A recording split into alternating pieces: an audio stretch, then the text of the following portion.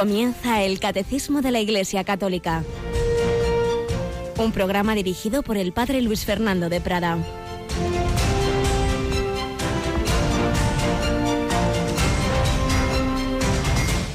Alabados sean Jesús, María y José. Muy buenos días. Comenzamos esta segunda parte del mes de junio, 16 de junio. De los últimos días, por cierto, de los niños al colegio. Y quizá, yo no sé, ya ahora con los calendarios universitarios todavía están de exámenes o ya han terminado, pero en cualquier caso estamos en esa etapa ya a punto de comenzar oficialmente el verano y seguimos en el mes de junio, mes del corazón de Jesús, ese corazón que a todos nos ama. También, naturalmente, a nuestra querida Yolanda. Buenos días, Yoli. Muy buenos días, padre. Claro, el Señor te quiere mucho, mucho. Y nosotros en Radio María intentamos corresponderle un poquito, ¿verdad? Así es. Y recordamos que precisamente siempre en junio nos vamos al menos un día al Cerro de los Ángeles. El año pasado 2 veces, pero esta vez una, porque el día de la fiesta del Corazón de Jesús, la misa que otras veces retransmitimos desde el Cerro fue desde Roma, fue con el Santo Padre. Pero esta vez sí que lo que hacemos es irnos a una vigilia de oración desde la Basílica del Cerro de los Ángeles, la que está justo debajo de la gran imagen del Corazón de Jesús, y la tenemos pasado mañana, ¿verdad? Será a las 10:30 de la noche y comenzará pues con una hora santa y luego la vigilia de oración. Obviamente lo que nosotros retransmitimos es la hora santa entre 10:30 de la noche y 12, porque luego se quedan los grupos juveniles en adoración toda la noche, pero Radio María tenemos esa hora santa dirigida por el padre Javier Sigri, sacerdote diocesano de Getafe, en cuya diócesis está el Cerro de los Ángeles. Pero esa misma mañana habremos tenido otra retransmisión desde una gran ciudad castellana. Nos vamos a Palencia. El sábado por la mañana estaremos a partir de las 12 retransmitiendo la consagración episcopal y la toma de posesión del nuevo obispo de Palencia, Monseñor Manuel Herrero Fernández. Allí donde está enterrado el obispo de los Sagrarios Abandonados, don Manuel González, amantísimo de la Eucaristía, que tenía ese amor tan grande a esa presencia de Jesús en la Eucaristía, fundó las misioneras eucarísticas nazarenas y todo lo que es todas las asociaciones de los sagrarios abandonados, toda esa espiritualidad. Una anécdota muy bonita, él en un seminario, pues en cuya diócesis fue obispo, ahora no recuerdo si Málaga o la propia Palencia, pues hizo que en la capilla se pusiera una frase del Antiguo Testamento, de un salmo que dice: busqué quien me consolase y no lo hallé, pero el no se pintó justo en la puerta de la capilla. La idea era que de tanto entrar en la capilla se fuera borrando el no y se convirtiese en busqué quien me consolase y lo hallé. Pues vayamos también nosotros a visitar a nuestro Señor, que para algo se ha quedado en la Eucaristía, no de adorno, no para que esté ahí una lucecita porque sí, sino para que vayamos a estar con Él. Realmente es Él el que nos quiere consolar a nosotros, pero a Él le alegra, no faltaría más que estemos con Él. La oración, tratar de amistad con quien sabemos que nos ama. Pues sí, seguimos en este mes de junio, el mes especialmente eucarístico y del corazón de Jesús, y un mes en el que va nuestro curso ya, como decimos, terminando, y en Radio María ya empezamos a pensar en el siguiente, y a ello siempre nos ayuda que los oyentes nos den sus opiniones sobre nuestros programas. Recordamos que quedan en 2 semanitas escasas de nuestra encuesta en nuestra página web. ¿Quieres recordar a los oyentes cómo pueden, si aún no lo han hecho, votar en esa encuesta? Tienen que entrar en nuestra página web www.radiomaria.es y ahí pues van a encontrar cómo pues opinar en esa encuesta. Hay que hacer clic para rellenarla y así ya nos llega enseguida pues lo que opinan de la programación, lo que les gusta y lo que no tanto. Y sus comentarios, y eso siempre nos viene muy bien. Pues vamos adelante, vamos a entrar ya dentro de los misterios de Cristo, en cómo después de su bautismo en el Jordán se fue al desierto, y precisamente terminamos hoy en nuestra primera sección de hablar de este hombre que vivió y murió los últimos años de su vida, vivió y murió allí en el desierto, en el norte de África, Carlos de Foucauld. Vamos a terminar las palabras que hemos ido dirigiendo esta semana a este hombre de Dios, a este hombre, a este converso que se entregó por completo al Señor.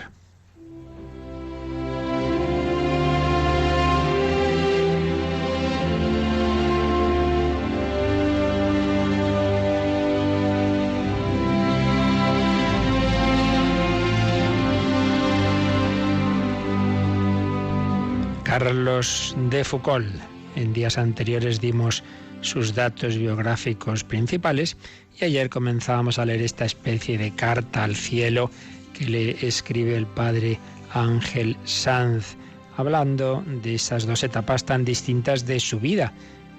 Esa etapa de vivir sin Dios, de dejarse llevar simplemente de lo que apetece, y luego en cambio como se convirtió al Señor, se entregó radicalmente a Él, le siguió. Primero entró en la trapa y luego, pues para imitar incluso más físicamente, más literalmente al Señor, pues se fue a vivir en medio de los tuaregs, él solo dando testimonio de la vida de Jesús. Y íbamos leyendo esta especie de carta del padre Ángel Sanz y nos quedaba leer la parte final, que es lo que vamos a hacer hoy. Decía, escribe así el padre Ángel: hasta aquí, querido Carlos, todo admirable y a la vez lógico, coherente, pero hay algo que me desborda. ¿Cómo casar la segunda parte de tu vida entregada al Señor, con la primera parte de tu historia, en la que conociste la experiencia del ateísmo? Eras vizconde. Tu vida licenciosa da mucho que hablar en los salones de Saumur, Pont-à-Mousson, París, cuando te enviaron al internado jesuítico de París y luego en el año preparatorio para el ingreso en la escuela militar de Saint-Cyr, acribillaste a tu abuelo. Eras huérfano con docenas de cartas, alguna de 40 páginas, en forma de lamento. Aquí me es imposible permanecer, déjame volver a casa. Al fin fuiste expulsado por negligencia e indisciplina. En aquella época, reconocerás más tarde, era todo egoísmo, todo vanidad. Estaba como loco. Te habías puesto flácido por abuso de dulces, carnes refinadas, vinos selectos y siestas interminables. En 2 años coleccionaste 45 castigos por negligencia e indisciplina. En vestido y calzado ibas al último grito y te encantaba tirarte en una tumbona en pijama de franela blanca y leer Aristófanes en un libro elegantemente encuadernado. Vamos, lo que se dice un cromo. O sea, que tu vida resulta una demostración de la existencia de Dios. Pues sí, porque si este hombre que llevaba esa vida licenciosa luego pues tiene ese cambio tan radical, que no es un arrebato romántico de un día o 3 meses, sino que todos los años del resto de su vida es una entrega a Cristo. Ya me diréis si eso es posible, si no es por una acción de Dios, si no es porque Dios realmente existe y actúa. Por eso el padre Ángel Sanz ve aquí esa acción de Dios en su vida y sigue diciendo: y no hablemos de tu muerte. El 1 de diciembre de 1916 escribes por la mañana a María Bondy, tía tuya, mujer de Dios y acompañante espiritual. Y le escribía estas palabras ese mismo día en que iba a ser asesinado por la tarde: nuestro anonadamiento es el medio más poderoso que tenemos de unirnos a Jesús y hacer bien a las almas. Es lo que San Juan de la Cruz repite casi en cada línea. Así que hablaba aquí Carlos de Foucauld de ese anonadamiento, de ese unirse a Jesús y así hacer bien a las almas. Lo había escrito por la mañana. Por la tarde golpean a tu puerta. ¿Quién es? ¿El correo? No, no era el correo. Eran algunos miembros de una tribu que por recelos contra el ermitaño de origen francés temían su influencia en la región y habían decidido eliminarle. Pensemos una cosa, él había escrito, y así lo recoge el padre Ángel Sanz, estas palabras: piensa que debes morir mártir, despojado de todo, tendido sobre tierra, desnudo, desconocido, cubierto de sangre y heridas, muerto violenta y dolorosamente, y desea que esto ocurra hoy. Eso había escrito en sus apuntes espirituales Carlos de Foucauld y se cumplió a la letra. Piensa que debes morir mártir, despojado de todo, tendido sobre tierra, desnudo, desconocido, cubierto de sangre y heridas, muerto violenta y dolorosamente. Pues sí, le dispararon como unos forajidos a un cualquiera, murió ahí en el desierto. Sí, pero ese grano de trigo que cayó en tierra dio mucho fruto. Muchas instituciones inspiradas en Carlos de Foucault han florecido después.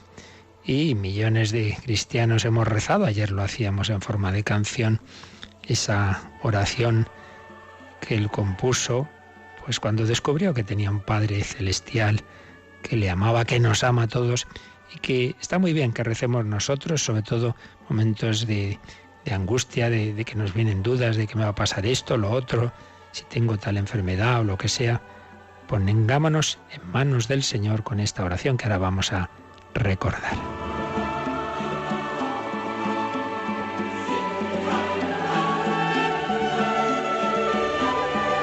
Padre, me pongo en tus manos. Haz de mí lo que quieras, sea lo que sea. Te doy las gracias. Estoy dispuesto a todo, lo acepto todo, con tal que tu voluntad se cumpla en mí y en todas tus criaturas. No deseo nada más, Padre. Te confío mi alma. Te la doy con todo el amor del que soy capaz, porque te amo y necesito ponerme en tus manos sin medida, con una infinita confianza, porque tú eres mi Padre. Pues digámoselo al Señor hoy también. Me pongo en tus manos sin medida, con infinita confianza, porque tú eres mi Padre.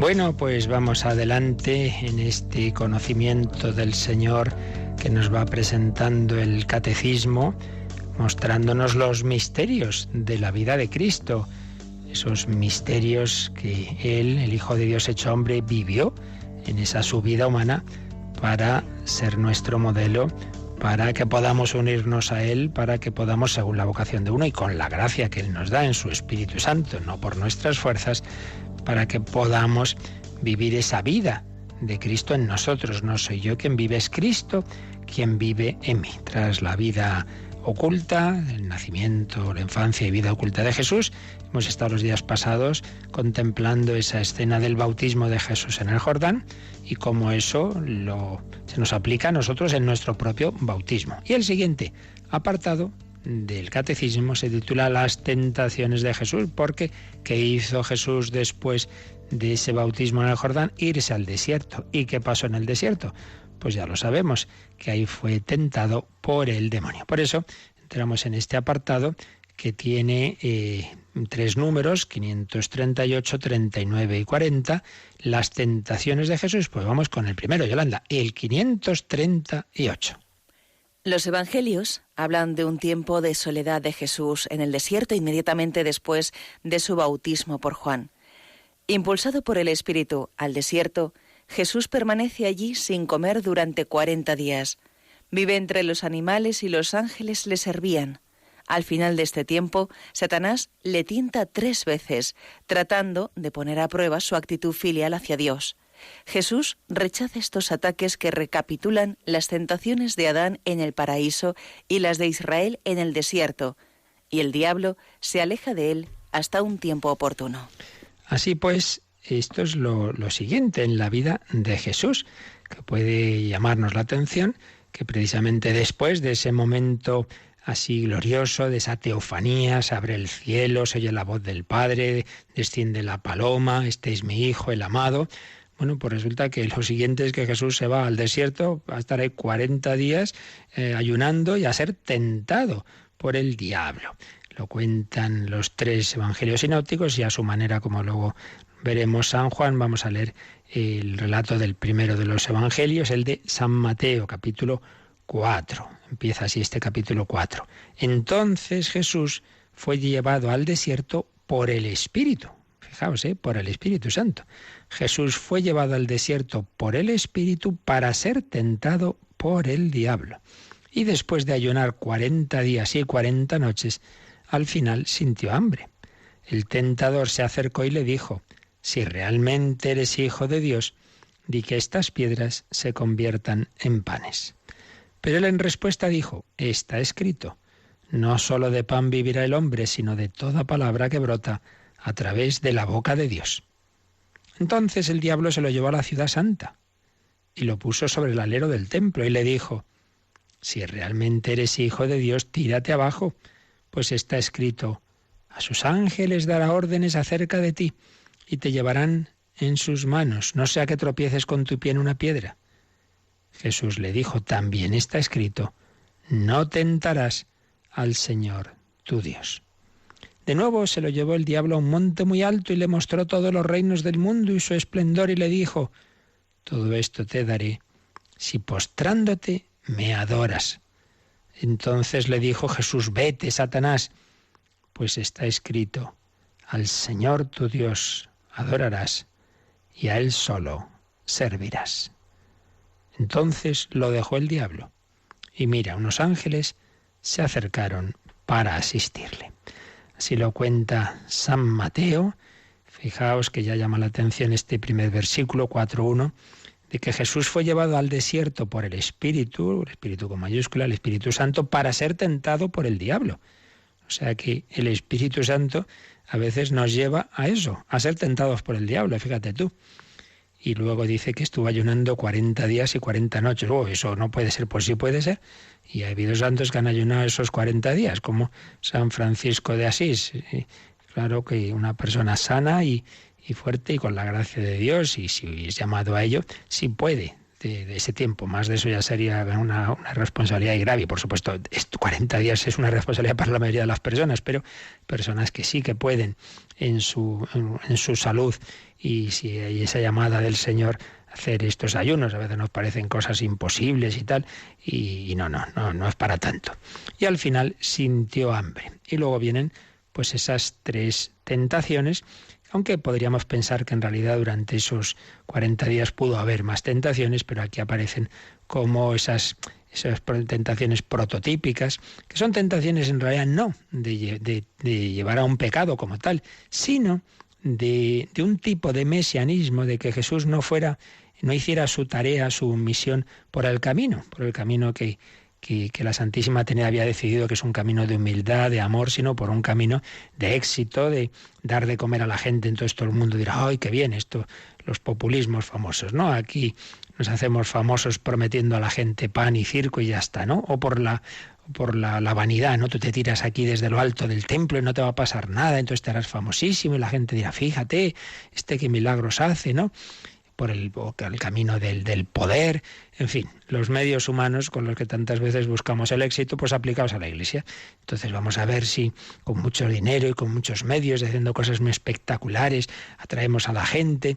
Pues en el fondo eso viene a ser lo que le propone Satanás, que en realidad es también pues una actuación basada en las fuerzas humanas sin Dios. Y es que al final toda tentación en el fondo es prescindir de Dios. Por eso, claro, la última tentación es: te daré todos los reinos del mundo si me adoras. Al final es no adorar al Señor, sino al demonio.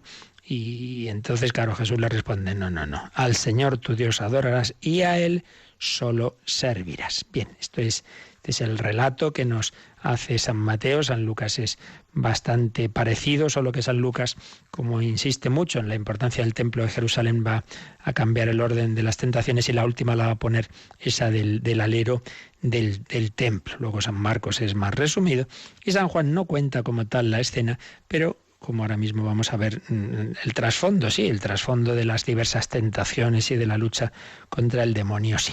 Pero antes de seguir comentando este número, vamos a resumir la visión de conjunto que sobre esta escena nos hace en su Cristología Monseñor Rico Pavés, como en otras ocasiones, que realmente está súper bien hecha y de una manera muy sintética nos da muchas claves muy interesantes. Nos recuerda cómo aparecen esas tentaciones, como os decía, en los evangelios sinópticos. San Marcos las reseña brevemente y nos hace alusión a esos versículos que os decía antes de San Juan, donde vemos en el fondo pues las mismas tentaciones en distintas escenas de la vida de Jesús. Por ejemplo, cuando Jesús, discutiendo con los judíos y reprochándole su incredulidad, les dice: vosotros sois de vuestro padre el diablo, indicando con ello el motivo que les lleva a no escuchar sus palabras. Bueno, pues aquí un poco lo que vemos en esa... en general en todas las tentaciones, el demonio cita la Biblia. Fijaos qué curioso, que a veces pensamos que porque uno use citas bíblicas, bueno, todas las herejías han apoyado en alguna frase de la Biblia. Entonces, el mismo demonio se puede servir de cosas verdaderas y de palabras de Dios, pero para con ellas engañarnos, ¿no? Bueno, pues Jesús aquí les dice a los judíos con los que están discutiendo, claro, que cuando uno se deja llevar del demonio, pues no le escucha a él, no le escucha a él. Y entonces dice: el que es de Dios escucha las palabras de Dios. Escucha las palabras de Dios. Aquí podemos ver una alusión, algo parecido a esa respuesta de Jesús de la primera tentación, no solo de pan vive el hombre, sino de toda palabra que sale de la boca de Dios. Bueno, la boca de Dios es Jesucristo, ese Jesús al que no escuchaban estos con los que estaba Jesús discutiendo. Después, en el capítulo 13 de San Juan, cuando ya empieza el relato de la pasión, podemos ver dos alusiones que tienen relación con la segunda tentación. Por un lado, fijaos, cuando habla del diablo y Judas, ya el diablo había suscitado en el corazón de Judas la intención de entregarlo. El diablo tentó a Judas y Judas cayó en la tentación. Ahí sí vemos que el caer en la tentación, y vemos esa alusión al diablo. Y vemos también cómo Jesús va a seguir el camino mesiánico que el Padre le había señalado y no el del demonio. Jesús, sabiendo que el Padre había puesto todo en sus manos, que venía de Dios y a Dios volvía, etc. Y luego, cuando esa tercera tentación de todo esto te lo daré si postrándote me adoras, ese pretender ser rey al modo humano, bueno, pues eso lo vemos algo parecido cuando en Juan 6:15 a Jesús le quisieron hacer rey. Entonces dice el Evangelio: Jesús, sabiendo que iban a llevárselo para proclamarlo rey, se retiró otra vez a la montaña, él solo. Entonces, sin darnos el relato de las tentaciones, San Juan, pero vemos que aparecen ahí en su Evangelio, pues en el fondo esas mismas tentaciones, esa lucha del demonio. Bien, dicho esto, cogemos estos datos así en plan un poco telegráfico que nos ofrece don José Rico Pavés sobre estos relatos de las tentaciones en los Evangelios sinópticos. Todos ellos ofrecen una serie de elementos comunes. Mateo, Marcos y Lucas, ¿en qué coinciden? En la iniciativa del Espíritu Santo. El Espíritu Santo lleva, empuja, conduce a Jesús. En el hecho de que esto se produce en el desierto, en que dura 40 días y en que Satanás es el sujeto agente de la tentación. Mateo y Lucas mencionan el ayuno y detallan las mismas tres tentaciones, aunque ya digo que el orden varía un poquito cuando Lucas pone la tercera como segunda y viceversa. Mateo y Marcos concluyen hablando de la presencia de ángeles que sirven a Jesús. Vemos esos elementos comunes que hemos dicho: Espíritu Santo, desierto, 40 días y Satanás. Espíritu Santo. Esa acción del Espíritu Santo es calificada con diversos verbos. El Espíritu Santo lleva a Jesús, lo empuja, le conduce. En cualquier caso se está subrayando pues lo que ya nos había enseñado el Catecismo, que la misión del Espíritu Santo siempre está unida y ordenada a la del Hijo. Y llama la atención, como os decía antes, que precisamente lo primero a lo que empuja el Espíritu Santo a Jesús tras el bautismo es a ir a ser tentado. ir al desierto a ser probado. El ungido por el Espíritu Santo es probado. Y aquí ya podemos hacer una aplicación a nuestra vida. A veces uno dice, ay, qué mal estoy espiritualmente. ¿Por qué? Ay, porque tengo unas tentaciones. Bueno, pues mira tú qué bien. Nuestro Señor Jesucristo también las tuvo, muchos santos. El hecho de ser tentado y que a uno le vengan pensamientos horrorosos contra la fe, la esperanza, la castidad. Ay, es que me vienen unas cosas a la cabeza. Bueno, pero tú quieres eso, ¿no? ¿Yo qué voy a querer? Bueno, entonces ¿dónde está el pecado? Pues en el fondo el demonio te tienta mucho, es que ve que le estás preocupando y que ve que este puede hacer mucho bien y por eso te atacas, y que no te asustes, no te asustes. No es mala señal el ser tentado, Jesús lo fue. ¿Dónde tienen lugar las tentaciones? En el desierto. Parece que es esa depresión que hay junto al Jordán, al norte del Mar Muerto. Pero en cualquier caso el desierto tiene siempre en la Escritura un sentido teológico. En el desierto fueron tentados Moisés y Israel. En el desierto es tentado Jesús, que vence donde otros cayeron. ¿Cuántas veces el pueblo de Israel cayó en las tentaciones en el desierto? Pero Jesús, en cambio, las vence. Y el desierto es también lo opuesto al paraíso, el lugar donde habitan fieras salvajes. Número 40. Bueno, es un número que aparece muchísimo en la Escritura, lleno de simbolismos. Recordad, 40 días del diluvio, 40 años del pueblo de Israel en el desierto, 40 días que Moisés estuvo en el Sinaí preparándose a recibir las tablas de la ley, 40 años del reinado de David, 40 días que ayunó Elías. Y esto ya no está en la Escritura, sino en la tradición de los rabinos, 40 días de ayuno de Abraham en el camino hacia el Oreb. Es sin duda un número simbólico, y los que estudian los simbolismos de los números ven en él el resultado de multiplicar los 4 confines de la tierra, norte, sur, este, oeste, por los 10 mandamientos. 4 por 10, 40. Entonces, ¿qué significa esto? Pues es una expresión simbólica de la historia de este mundo, y cómo esa ley de Dios que el Señor nos ha dado es para todo el mundo, universalidad. 40. Pasando 40 días en el desierto, Jesús ha asumido toda la historia de la humanidad con sus pruebas y dificultades para redimirla. ¿Quién tienta? El diablo, Satanás. En el Antiguo Testamento es presentado, en el Génesis aparece ya, ¿verdad?, en el pecado original, como el más astuto de todos los animales. Representado en la serpiente, aparece como seductor, Génesis 3:13. Jesús lo llamará homicida y mentiroso desde el principio, Juan 8:44. Es el adversario del designio de Dios sobre la humanidad, el que desea constantemente arrastrar al hombre a su propia desdicha. Este relato de las tentaciones se muestra claramente como el adversario de Cristo, el que desea apartar a Jesús de su misión.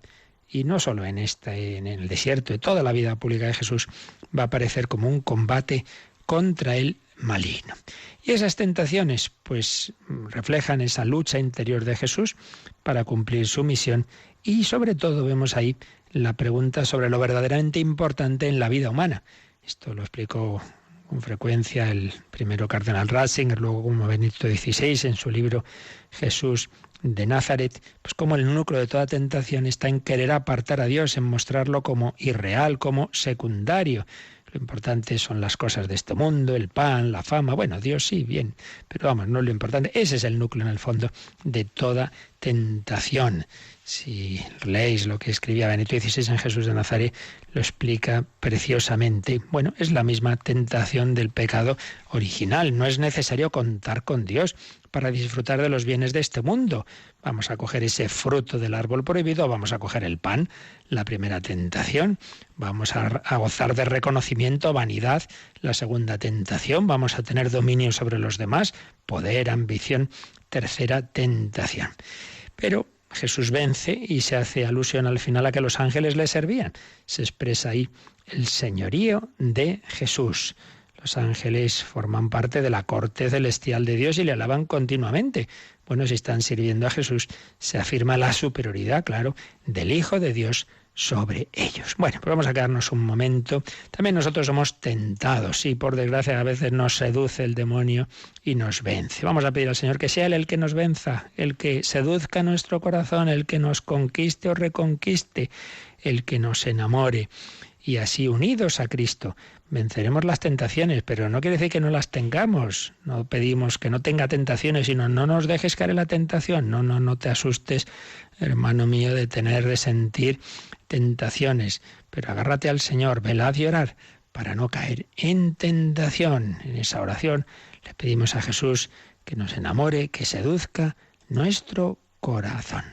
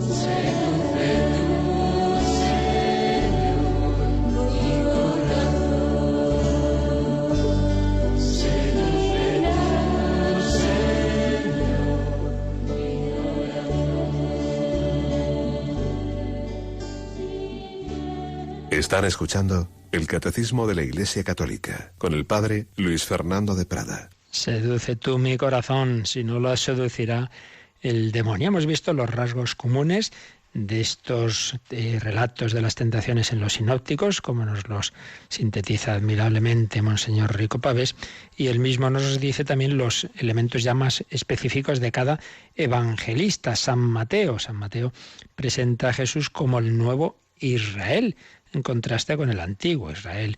En el desierto cayó tantas veces en las tentaciones y podemos ver como un paralelo, cierto paralelo, entre estas tentaciones de Jesús y las del pueblo de Israel. Primera tentación, el pan, haz que estas piedras se conviertan en panes. Bueno, recordemos la de veces que Israel va a murmurar que están pasando hambre, que no tenemos aquí que comer, entonces es cuando Dios les da el maná.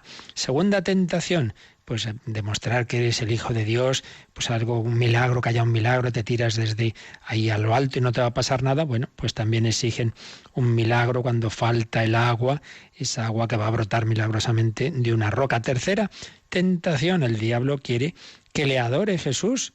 Bueno, pues recordemos el gran pecado de Israel en el desierto, la adoración del becerro de oro. Los israelitas cayeron en esas tentaciones, murmuraron contra Dios al sentir hambre, exigieron el milagro cuando les faltó agua, adoraron al becerro de oro. Jesús, en cambio, vence la tentación y muestra que va a ser un Mesías no por el camino del éxito, del triunfo, de la fama, sino por el camino de la humildad, de la humillación. San Mateo. San Marcos resume mucho, reseña las tentaciones brevemente como preámbulo de esa actividad pública de Jesús, tentaciones como preparación próxima al ministerio público, y tiene como algo especial, específico. Solo él habla de las fieras salvajes que estaban por ahí y que evidentemente no hacían daño al Señor. ¿Qué se nos quiere decir con esto? Pues hay un paralelismo con Adán. Recordemos que al principio, en el paraíso, en el estado original, pues el hombre y los animales vivían sin lucha, sin problema. Bueno, pues se nos está indicando cómo en ese plan de Dios, en esa reconciliación, en esa victoria final que se producirá en la consumación de la historia, se producirá la reconciliación de la creación. San Lucas, en Lucas, las tentaciones vienen precedidas de la genealogía de Jesús, que recordaréis que ya vimos que en San Lucas, a diferencia de San Mateo, cuando hace la genealogía de Jesús no se queda en Abraham, sino que llega hasta Adán, que nos está mostrando pues que Jesús, al vencer a Satanás, está inaugurando una nueva humanidad. El verdadero hombre es el Hijo de Dios, que se fía de Dios, y a diferencia de lo que hace el primer Adán, que no se fió de Dios, pues vive en obediencia a Él. Y luego tiene como especial, ya decíamos, que pone como tercera tentación la del templo, porque San Lucas siempre va a insistir en esa centralidad del templo. En realidad, terminamos esta síntesis recordando que las tentaciones van a acompañar todo el camino de Jesús, todo el camino de Jesús. Lo que pasa es que aquí tienen este momento especialmente fuerte, y luego habrá otro momento fuerte, no nos olvidemos, que es Getsemaní. Si recordáis, si habéis visto la película La Pasión de Mel Gibson, empieza precisamente así. Jesús en Getsemaní, y aparece ahí el demonio tentándole. Pero esas tentaciones van a ser frecuentes en toda su vida, y a veces a través de personas. ¿Recordáis cuando el pobre Pedro al principio responde inspirado por el Espíritu Santo: tú eres el Mesías, el Hijo de Dios, pero luego va y le dice al Señor: oye, ¿qué es eso de que vas a ir a la cruz? No puede ser. ¿Y qué le dice Jesús? Apártate de mí, Satanás, porque no piensas como Dios, sino como los hombres. A veces somos instrumentos del demonio para tentarnos unos a otros. Bueno, pues esto es lo que tenemos así sintetizado en estos relatos, y es lo que nos ha dicho el número 538. El Espíritu Santo llevó a Jesús al desierto. Allí, al final de esos 40 días de ayuno, de oración, Satanás le tentó, tratando de poner a prueba su actitud filial hacia Dios. Bueno, obviamente aquí está todo el tema del demonio, del que ya hablamos abundantemente cuando en una parte anterior del catecismo vimos la creación de los ángeles. O sea, no vamos aquí a repetir todo lo que dijimos en ese momento, está todo grabado y recopilado en los DVDs del catecismo de los números anteriores, pero sí vamos a leer este número marginal, al menos este que aquí el catecismo nos ofrece, relacionando unos números con otros. Siempre el catecismo pone al margen de cada número otros que nos ayuden a ver qué es lo que decía en este otro sitio, porque hay que relacionar siempre las cosas. Y la fe católica todo tiene que ver. La verdad es armónica, es coherente, es sinfónica, que decía von Balthasar. Bueno, pues vamos a leer este número 394, que está en la parte del pecado original. Ahí se nos habla del demonio. Lo leemos, Yolanda. La Escritura atestigua la influencia nefasta de aquel a quien Jesús llama homicida desde el principio, y que incluso intentó apartarlo de la misión recibida del Padre. El Hijo de Dios se manifestó para deshacer las obras del diablo. La más grave en consecuencia de estas obras ha sido la seducción mentirosa que ha inducido al hombre a desobedecer a Dios. No está mal este número 394, Es aquí donde hablábamos, lo he dicho antes mal, donde hablábamos del demonio fue en este contexto del pecado original, en la caída de los ángeles. Y dentro de este apartado está este número 394, que nos habla de la influencia nefasta de aquel a quien Jesús llama homicida desde el principio. Porque Satanás incita a matar, incitó a Caín a matar a Abel. Y Satanás sin duda está detrás de los grandes genocidios. Hay cosas que humanamente no se explican. Uno puede entender más o menos, bueno, una persona queriendo robar, queriendo conseguir algo, pues al hacerlo tenga que luchar y mate a alguien. Bueno, mal está. Uno puede entender las guerras entre una nación y otra, mal está, pero lo puede entender. Pero hay cosas que ya llegan a un nivel de crueldad y sobre todo los grandes genocidios. Y uno dice, ¿y esto? Sin duda está ahí el demonio incitando. El demonio es enemigo de la vida humana y tantas crueldades. Sí, no son cosas psiquiátricas, a veces sí, sin duda, pero en otras ocasiones, o incluso mezclándose, pues puede haber, y estoy convencido, y muchos así lo están, de una influencia especial del demonio. El demonio incita a matar. También hay quien piensa que mucho tiene que ver también el demonio con la generalización de ese otro gran crimen en nuestra época, que es el aborto y tantos otros atentados a la vida humana. Homicida desde el principio. No, es una manera de hablar, es una personificación del mal, que no. Jesús no habla como una abstracción, una persona, no, habla de un ser personal. Bueno, todo esto ya, repito, ya lo explicamos, tanto en mi propia catequesis que hicimos sobre este tema, como en las conferencias complementarias de los sábados en torno al catecismo, pues que está clarísimo en la Escritura, en la tradición y en el magisterio de la Iglesia, y aquí también en el catecismo, que hablamos de seres personales, ángeles creados por Dios, espíritus puros, que con inteligencia y voluntad, no meras abstracciones. Y esto aparece en todo el Nuevo Testamento. Aparece Jesús claramente hablando del demonio.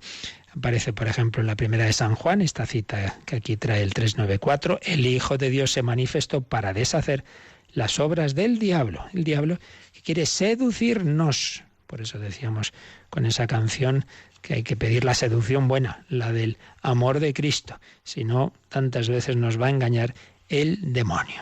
¿Qué más nos ha dicho el 538? Bueno, pues que Jesús recapitula las tentaciones de Adán en el paraíso y las de Israel en el desierto. Es decir, uno de los aspectos de la obra de Cristo es la recapitulación, que quiere decir que en él toda la historia humana queda superada, todo lo malo queda convertido en bueno, sí, donde Adán cayó, donde Israel cayó, donde tantas veces todos los hombres caemos, Cristo va a vencer. Y entonces en esa humanidad, ahí vemos lo que es realmente ser hombre. Ecce homo, dirá Pilato sin saber lo que decía cuando muestra a Jesús al pueblo. Ecce homo, pues sí, ese es el hombre. El hombre es el que, aunque tenga tentaciones, las vence porque se apoya en Dios, se fía del Padre y con la gracia del Padre vence a Satanás. Vamos a ver que esto de la recapitulación, Yolanda, viene otro número marginal, el 518, que nos lo explica un poquito. Ese será un poco... No, esto ya lo habíamos visto, sí, pero vamos a releerlo para recordar qué es esto de la recapitulación. Toda la vida de Cristo es misterio de recapitulación.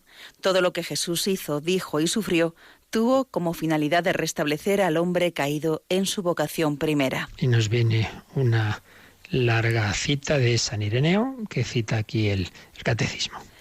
Cuando se encarnó y se hizo hombre, recapituló en sí mismo la larga historia de la humanidad, procurándonos en su propia historia la salvación de todos, de suerte que lo que perdimos en Adán, es decir, el ser imagen y semejanza de Dios, lo recuperamos en Cristo Jesús. Por lo demás, esta es la razón por la cual Cristo ha vivido todas las edades de la vida humana, devolviendo así a todos los hombres la comunión con Dios. Dos frases de San Ireneo que el Catecismo cita cuando nos había hablado de los rasgos comunes en los misterios de Jesús. No sé si os acordáis, cuando vimos esto, antes de entrar en cada misterio, había un apartado, rasgos comunes de los misterios de Jesús. Y os decía yo, para recordar esos rasgos comunes, que son las 3 R's, porque son toda esa vida de Cristo, todos esos misterios son misterios de revelación, de redención y de recapitulación. 3 R's. Revelación. Toda la vida de Cristo es revelación del Padre. ¿Cómo es Dios? Pues mira a Cristo. Entonces yo no sé cómo es Dios, pero mirando a ese hombre Cristo Jesús, quien me ha visto, a mí ha visto al Padre. Revelación. Redención. La redención, el ser rescatados de la esclavitud, del pecado, del demonio, por la vida de Cristo. Misterio de redención. Y misterio de recapitulación.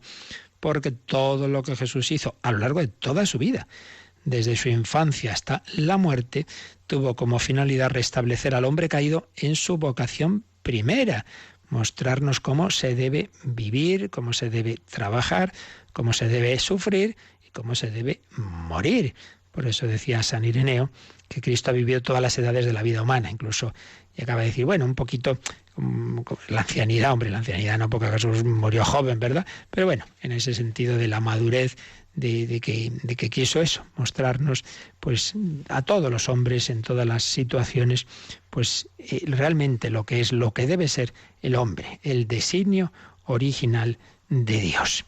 Finalmente, para terminar nuestra reflexión de hoy con este primer número del Catecismo que nos habla de las tentaciones de Jesús, nos vamos ahora a otro gran profesor de teología, de cristología, en este caso un cardenal, el cardenal Christoph Sanborn, y cuando nos hablaba, escribía en su Cristología sobre este misterio de la lucha de Jesús con Satanás, insistía en esto que estamos diciendo, que hay una lucha universal contra el mal, pero que el mal no es una mera abstracción, que realmente existe Satanás, Belcebú, Belial, llamémosle como queramos, pero que todos esos demonios que aparecen en la Biblia son, dice Sanborn, una especie de poder integrado. Cita al famoso exegeta protestante Joaquín Jeremías, que decía: el mal pierde el carácter de lo particular y causal, se radicaliza. Detrás de sus diferentes formas de aparición está sencillamente el enemigo. Está el enemigo. Y desde esta radicalización se aprecian las dimensiones que tiene la misión de Jesús. En él todo está en juego. Hay una gran lucha. San Ignacio hablará de las dos banderas, San Agustín de las dos ciudades. La misión de Jesús tiene ese sentido universal, el señorío de Dios, que va a hacer retroceder el señorío de Satanás, el príncipe de este mundo. Y todo esto va a ser en toda la historia, hasta la victoria final de Cristo. En palabras de la Virgen en Fátima, por fin mi corazón inmaculado triunfará, pero estamos de momento en lucha, eso es así. No tenemos que asustarnos, ay, que han hecho esto, que han matado a no sé quién, sí, el martirio está anunciado, que han hecho no sé qué en tal capilla, pues sí, lamentablemente el odio a Dios está ahí, no nos extrañemos, esto ya está anunciado, si a mí me han perseguido, os perseguirán también a vosotros. Y por eso dice también Sanborn que en la vida pública de Jesús un papel claro tienen los exorcismos, no son meras curaciones de enfermedades psiquiátricas. Eso no quita que en algunos casos de enfermos que aparecen en el Evangelio podamos ver un tema que hoy calificaríamos psiquiátricamente, sí, pero eso no quita que haya auténticas posesiones y auténticos exorcismos de Jesús. Hay una lucha entre Jesús y los demonios. Nos lo dice el cardenal Sanborn, lo dice mucho el Papa Francisco, esa lucha del demonio que nos tienta, que a todos nos tienta. Bueno, nos quedamos hoy aquí, seguiremos el próximo día comentando estos pasajes, pero yo creo que ya para nuestra vida concreta, que a fin de cuentas esto es lo importante, no simplemente erudición vacía, sino que todas las enseñanzas del catecismo pues son para que las llevemos a la vida. Quedémonos con esto. Primero, que estamos en lucha, todos, tú, yo, querido hermano que me escuchas, tú, en cualquier situación, y yo, el Papa y el último monaguillo, todos somos tentados, todos estamos en lucha. Si hubiera empezado una guerra y no supiéramos nada y vemos avioncitos por el cielo, ¡ay, qué bonito! ¿Y qué tiran? Pues están tirando bombas, hijo, que ha empezado una guerra, que hay que ir a los refugios. Bueno, pues si andamos así atontados sin darnos cuenta de que estamos en guerra, pues nos pasarán esas cosas, que no las vemos venir. Pues no te extrañes, hay guerra, hay lucha, hay tentación. Y el demonio quiere arrastrarnos a su lado. Entonces, pues hay que saberlo, hay que no asustarse y hay que tomar las armas. Y las armas son la oración, los sacramentos, muy particularmente la confesión y la comunión para estar fuertes, el no quedarse uno solo, porque a uno solo el demonio le vence, y por ello la importancia del acompañamiento espiritual, dirección espiritual, buen confesor, acudir a la Virgen María. por estos. Cuando uno hace todo esto, tendrá tentaciones, podrá caer en una ocasión, pero al final vencerá, porque Cristo, que venció al demonio, vencerá también en nosotros. Se lo pedimos así al Señor en unos últimos momentos de oración y también para las consultas que queráis hacer.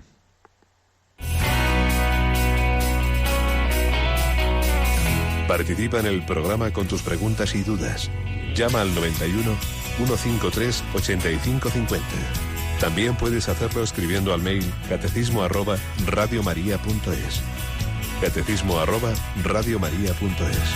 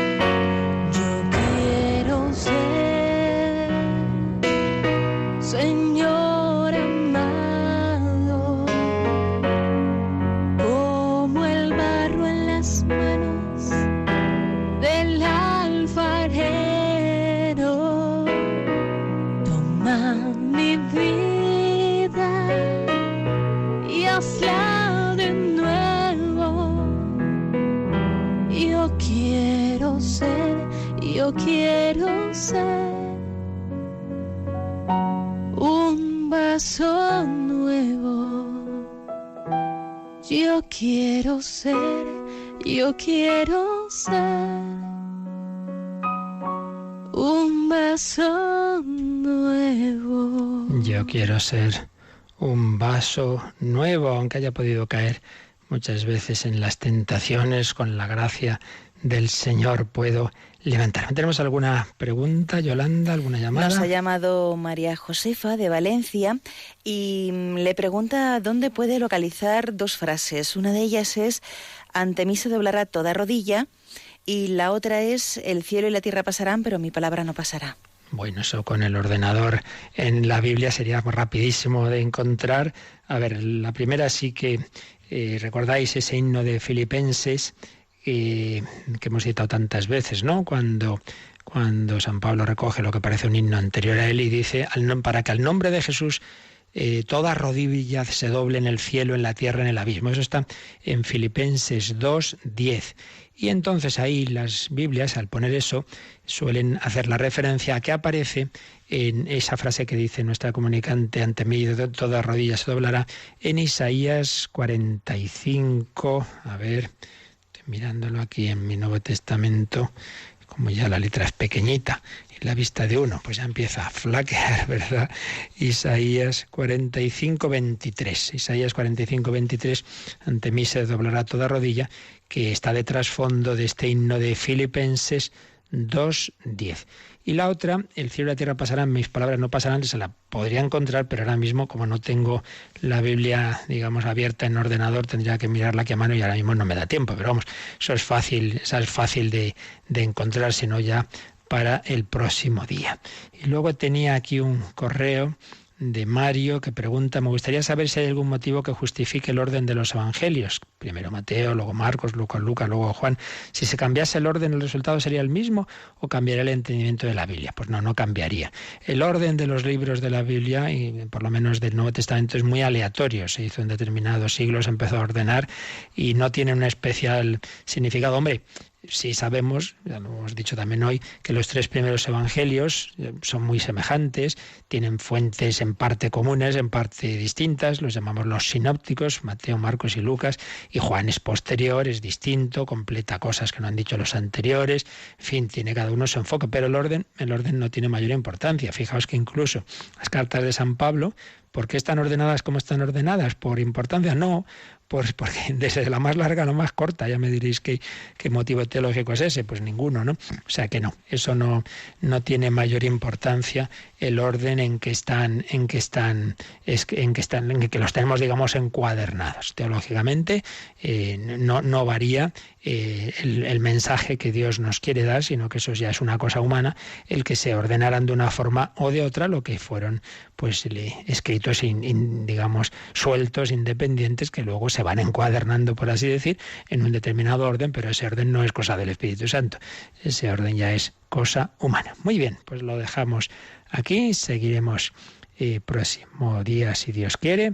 Y os recuerdo que los sábados tenemos esos otros programas y conferencias que profundizan en lo que aquí estamos viendo, así que procurad no perderos ese entorno al catecismo de los sábados a las 8.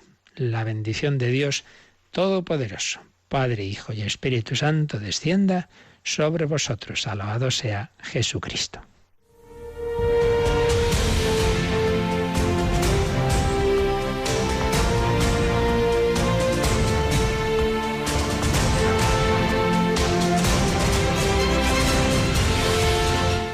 Han escuchado en Radio María el Catecismo de la Iglesia Católica, un programa dirigido por el Padre Luis Fernando de Prada.